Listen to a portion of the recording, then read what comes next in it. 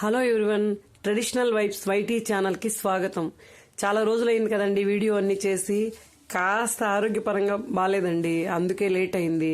మీరందరూ వినాయక చవితి ఎలా చేసుకున్నారు? మేమైతే మా ఇంట్లో ఈ విధంగా చేసుకున్నాము. కొత్త కొత్త ఏనుగులు, ఈ విధంగా అలంకరణ. మీరందరూ ఎలా చేసుకున్నారు నాకు కమెంట్ సెక్షన్ లో చెప్పండి.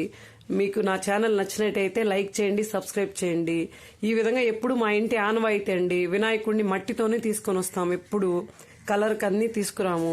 ఇలాగే చేసి అన్ని షోడశోపచార పూజలు చేసి తరువాత 21 పత్రులు తీసుకొస్తామండి. మాకు ఎలాగో ఖచ్చితంగా దొరుకుతాయండి, అన్ని చాలా బాగా దొరుకుతుంది అన్ని పత్రులు.